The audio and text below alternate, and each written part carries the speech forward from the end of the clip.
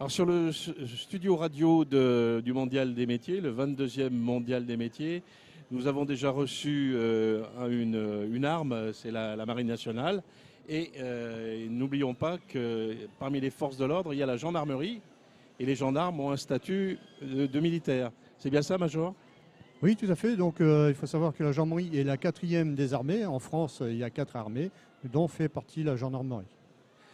Vous êtes, Major, affecté au centre de recrutement Je suis donc le responsable du centre d'information et de recrutement de la gendarmerie de Lyon. de Lyon, On est basé au 35 rue Bichat, donc, où nous avons un local. dans le quartier Perrache, derrière les voûtes, Voilà, entre la gare près Perrache. de ce qu'on appelle la Confluence maintenant. Et vous avez un bureau d'accueil pour les jeunes qui seraient intéressés par les carrières dans la gendarmerie nationale. Oui, tout à fait. Donc, on accueille les jeunes donc, du lundi au samedi, dans les heures, on va dire 9h30 jusqu'à 17h30, 18h.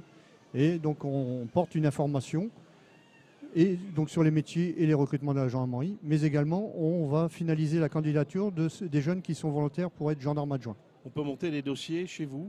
Tout à fait, pour la partie gendarme adjoint. Le reste, tout ce qui est sous-officier, officier, gendarmerie, c'est dématérialisé et la candidature se fait directement sur Internet. L'école se trouve où? À Melun, non, pour les officiers? Alors pour les officiers, ça sera à Melun. Oui. Pour les sous-officiers, on aura Châteaulin au plus loin pour nous ici, Rhône-Alpes. On aura Chaumont, Chaumont, donc Montluçon et Tulle. Et depuis peu, donc on aura l'école de Dijon. Quelle est la tranche d'âge pendant laquelle il est permis de faire acte de candidature pour être gendarme? Alors, donc on a différents statuts, comme tous les militaires. Donc il y a trois grands statuts chez nous. Les officiers, on va recruter moins de 27 ans avec le Master 2 en poche, le Bac plus 5. En droit? Donc non, après chacun arrive avec son diplôme, donc sa qualification. Non, mais le Master 2. Master 2, donc que ce soit en littéraire, en Oui. économie, en financier. Donc même si on est ingénieur, on peut fait. postuler. Donc on aura besoin d'ingénieurs ponctuellement. Il n'y en a pas beaucoup en gendarmerie, mais au laboratoire, on va recruter des ingénieurs, des pharmaciens, des biologistes. Mais plus essentiellement, donc c'est souvent donc, les Master 2 universitaires qui vont venir ou sur titre avec une qualification particulière. Sur votre stand d'information du Mondial des métiers, vous avez bien mis en évidence 6 métiers qui sont dans des fonctions support techniques. C'est la même filière de recrutement et les mêmes critères qui sont exigés? Alors là, c'est un recrutement plus à part et très particulier, où là, on va demander à chaque jeune qui va faire candidature d'arriver avec une qualification. C'est-à-dire que là, on vous parlait du corps de soutien technique administratif de la gendarmerie, où le gendarme au quotidien, donc opérationnel, a une tenue, a de l'armement, a des véhicules, donc il a besoin de manger, il habite en caserne, donc on va avoir besoin de personnels qui vont être formés, ils auront une formation militaire, mais ne feront jamais ni d'enquête ni d'intervention, donc ils vont être dans leur domaine de compétences, ça sera les ressources humaines, des secrétaires, des comptables, des financiers, des mécaniciens, des carrossiers, des peintres en automobile, pour la partie automobile, donc parce qu'on a des hélicoptères, des motos, des camions. Donc après on aura donc la partie restauration collective. On aura besoin de cuisiniers, de serveurs en restauration, de barman, d'hôtesses d'accueil pour donc les hôtels et donc les différents restaurants que l'on a. Et enfin, donc du fait qu'on habite en caserne, on va avoir la partie affaires immobilières où on aura besoin de gestionnaires immobiliers, de peintres, donc d'électriciens, de plombiers qui vont assurer la maintenance de nos logements en caserne. Et même pour ces spécialités, on commence par une formation militaire. Tout à fait. Donc la formation est complètement différente parce que ces gens sont très qualifiés, ils arrivent avec une qualification, donc ne vont pas faire une année d'études. Et après, suivant le statut de gendarme adjoint, de sous-officier ou d'officier, auront une formation qui va aller de 6 semaines pour les administratifs à 2 ans pour les officiers. Et donc l'officier, lui, donc suivant après l'emploi qu'il aura, n'aura pas la même durée de formation. La formation pour les gendarmes en dehors des sous-officiers et des officiers, ça commence d'abord par des tests d'aptitude et quand on intègre, on y reste longtemps? Alors, donc là, vous parlez du gendarme opérationnel. Oui. Il faut savoir qu'en gendarmerie, on a 3 grandes formations, subdivisions d'armes qu'on va appeler. Donc la première, c'est la garde républicaine qui a pour mission de protéger le président de la République, l'ensemble des ministères et les grandes institutions, donc ils sont eux à Paris. Qui est dans une caserne en plein centre de Paris, dans Voilà. le 9e arrondissement. Tout à fait, ils sont à Paris un peu disséminés, Oui. avec Ah oui, bien cette sûr. mission première de protéger le président de la Oui, République. Donc on va retrouver les cavaliers de la garde républicaine, des motocyclistes, 2 régiments d'infanterie, des musiciens, des musiciens qui seront dans l'orchestre symphonique, mais aussi le chœur de l'armée française qui seront rattachés donc à la garde républicaine. Ensuite, vous avez la gendarmerie mobile, spécialiste du maintien de l'ordre, du rétablissement de l'ordre, mais aussi qui vont servir, donc, du fait de par leur particularité d'entraînement, vont aller faire des opérations comme les militaires donc, en tant que force de police, mais aussi faire donc, des déplacements à l'outre-mer et des territoires d'outre-mer, et également faire du renfort ponctuellement donc, au niveau des unités de la gendarmerie départementale, qui est pour nous la plus grande des formations. On va retrouver 70% de nos personnels. Dans les brigades. Voilà, donc c'est le gendarme de brigade, c'est le gendarme dans les pelotons de surveillance et d'intervention, les PSIG, les motocyclistes, les maîtres de chiens, donc les unités nautiques et donc tout ce qui est navigation maritime ou sur les fleuves ou voir les lacs. Et après les différents domaines de la police judiciaire, brigade des recherches, section de recherche. Est-ce que tout gendarme a l'habilitation d'OPJ, officier de police judiciaire? Non, c'est donc le gendarme par principe. Donc en gendarmerie, vous allez arriver, vous allez passer un concours pour les sous-officiers et les officiers. Tout le monde aura le même concours. Tout le monde, après avoir réussi les épreuves du concours, tout le monde aura la même formation. Et c'est qu'au cours de cette formation, donc avec une formation militaire, administrative, formation du gendarme, du secourisme, du sport, maniement des armes, technique d'intervention, il y aura des matières qui dit matière dit notation. Notation égale classement. Ce classement va orienter le personnel au moment du choix et pouvoir donc s'orienter vers la garde républicaine, gendarmerie mobile, gendarmerie départementale. Pendant 4 ans, le jeune arrive du milieu civil, il ne connaît pas du tout la gendarmerie, il va devenir un gendarme. Donc pendant 4 ans, il va apprendre le métier, les bases du métier de gendarme, et ce n'est qu'au bout de 4-5 ans qu'il va orienter donc, sa carrière. Il y aura des appels à volontaires pour être maître de chien, motocycliste, secouriste ou enquêteur spécialisé. S'il réussit donc les tests de sélection, il rentrera en formation, et de là, il ressortira avec une qualification, et il sera orienté vers une unité auquel il aura été formé. Mais pour être officier de police judiciaire, il faut avoir déjà de l'ancienneté en tant que gendarme. Tout à fait. Donc ça, c'est pas forcément un grade d'officier. Voilà. Donc là, c'est le même principe que non seulement de parler d'une spécialisation comme les maîtres de chien motocyclistes. Là, on va parler d'un profil de carrière, c'est-à-dire vouloir faire l'avancement par le grade. Le jeune va commencer ses armes de jeune gendarme. Il va s'inscrire en tant que volontaire pour passer l'officier de police judiciaire qui est une qualité avec des pouvoirs spéciaux de police judiciaire. Et à partir de ce moment-là, quand il aura son diplôme d'officier de police judiciaire, il va orienter cette carrière de gradé. Il va passer par tous les grades jusqu'à pouvoir être major, le grade le plus haut au niveau des sous-officiers.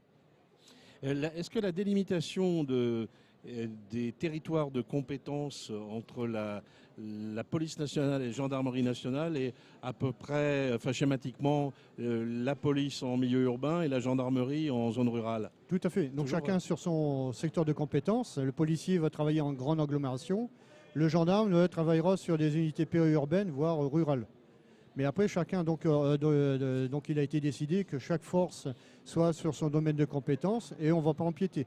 On empiétera que simplement lorsqu'il y aura des poursuites d'enquête où le gendarme viendra sur le secteur police et inversement, les policiers viendront travailler sur le secteur gendarmerie. Y a-t-il des domaines où la gendarmerie a vraiment un monopole ou un savoir-faire particulier? Je pense par exemple à certaines interventions où il est nécessaire d'utiliser des hélicoptères. Il n'y a pas à première vue d'hélicoptères de la police nationale, ce sont toujours des hélicoptères de la gendarmerie. Tout à fait. Donc la police n'a pas d'hélicoptère. Donc c'est la gendarmerie qui est dotée d'hélicoptères. Et donc depuis le rapprochement des 2 forces de police, gendarmerie au sein du ministère de l'Intérieur, la police peut demander à utiliser les hélicoptères de la gendarmerie pour des missions purement judiciaires ou de secours à personne. Et donc elle passera par les hélicoptères gendarmerie. Après les spécificités, vous avez certaines unités seule la gendarmerie protège les centrales nucléaires, c'est une mission dévolue aux gendarmes. Vous avez après des missions très, très particulières au niveau, lorsque vous voyagez, les policiers vont faire le filtre, le contrôle d'identité, Et à partir de ce moment-là, donc c'est la gendarmerie qui va prendre en compte, une fois que vous passez ce filtre, donc la sécurité de l'intérieur de tous les aéroports. Ça, c'est une mission dévolue aux gendarmes. Alors là aussi, il y a la police de l'air, la police aux frontières, et Oui. il y a la gendarmerie des transports aériens. Voilà, les transports aériens. Quelle est la répartition des rôles entre les deux? Donc, tout ce qui est donc à partir du filtre du contrôle d'identité, c'est de la compétence de la police. Et une fois que vous passez ce filtre, ça devient de la compétence des gendarmes qui sont responsables donc, de tout le flux qui va rentrer dans cette enceinte de l'aéroport. Mais aussi, donc, ces gendarmes de transport aérien sont les seuls habilités à constater les accidents d'avion. De tous les aéronefs qu'il y a sur le territoire français, seuls les gendarmes des transports aériens sont habilités à faire les constatations des accidents. Et les gendarmes font aussi les extractions, les transferts de détenus. Tout à fait. Donc ça, c'est une mission dévolue donc, depuis très longtemps. Hein. Et aussi bien les policiers, suivant après la compétence du lieu où le transfèrement assuré, si c'est en zone police ou gendarmerie, donc les gendarmes assureront les différentes missions de transfèrement.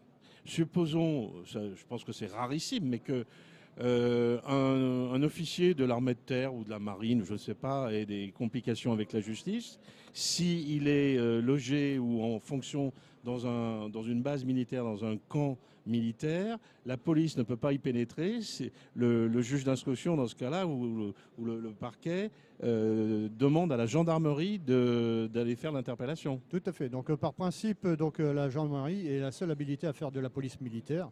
Donc généralement, donc, le policier ne fera pas, sauf un commencement d'enquête. Et après, on va s'apercevoir que c'est soit une victime ou un auteur qui est avec ce statut militaire. Et forcément, donc, je pense que le juge d'instruction, procureur de la République, décidera de dessaisir la police au profit des gendarmes, qui sont les seuls habilités à faire des enquêtes militaires. Le GIGN, c'est un corps d'élite. Est-ce que le recrutement peut être externe ou bien se fait-il exclusivement parmi les gendarmes des gens en poste? Il se fait exclusivement, on va dire, donc, parmi les personnels de la gendarmerie.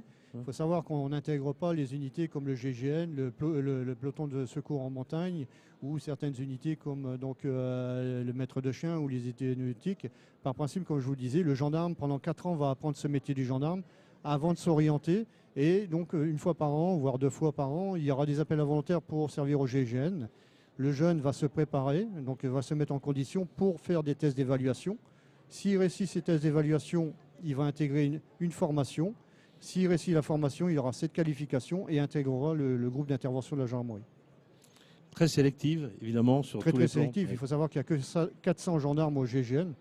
Maintenant, il y a des antennes au niveau du GIGN, au niveau de chaque région. Ça a été bien réparti. Mais c'est très sélectif. Beaucoup de jeunes veulent rentrer au GIGN, mais c'est très compliqué. C'est vraiment le summum de l'intervention, donc antiterroriste et des individus armés très dangereux. Quand on est gendarme, on a forcément l'obligation d'être dans un logement de fonction? Tout à fait. Donc avec notre statut militaire, ce qui nous différencie du collègue de la police, c'est que le gendarme va avoir cette disponibilité. Ce n'est pas un logement gratuit, mais pour nécessité absolue du service, où on aura un fonctionnement différent du policier qui, lui, va faire ses 8 heures, donc environ, que le gendarme, lui, va travailler par forme de permanence de 24 heures. C'est-à-dire qu'en tant que chef, je dois faire travailler mes personnels 8 heures, mais comme on est un service public, on ne peut pas se permettre de fermer la brigade à 18 heures et d'attendre le lendemain 8 heures. Donc il assurera au cours de sa permanence des interventions, 1 à 2 interventions au cours de la nuit.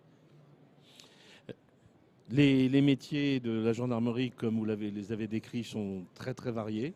Et les carrières, évidemment, avec le système d'avancement qui existe dans l'armée, c'est un beau métier. On peut rester très longtemps. Il y a une durée minimum, mais on peut faire carrière. Oui, ça reste un beau métier. Moi, j'ai 34 ans de pratique du métier de gendarme. Hein. Mais c'est vrai que donc, le gendarme peut faire une carrière avec l'avantage du statut militaire d'arrêter au bout de 17 ans, voire de 27 ans, mais d'avoir une carrière longue et d'arrêter à 59 ans. Et de prendre du galon. Et d'avoir une possibilité donc, de commencer gendarme adjoint et pourquoi pas finir officier de gendarmerie 35 ans après. Bien. Écoutez, on vous remercie beaucoup. Merci, Major. À votre service. Et n'hésitez pas à venir nous voir chercher cette information. Merci. Merci beaucoup. Merci.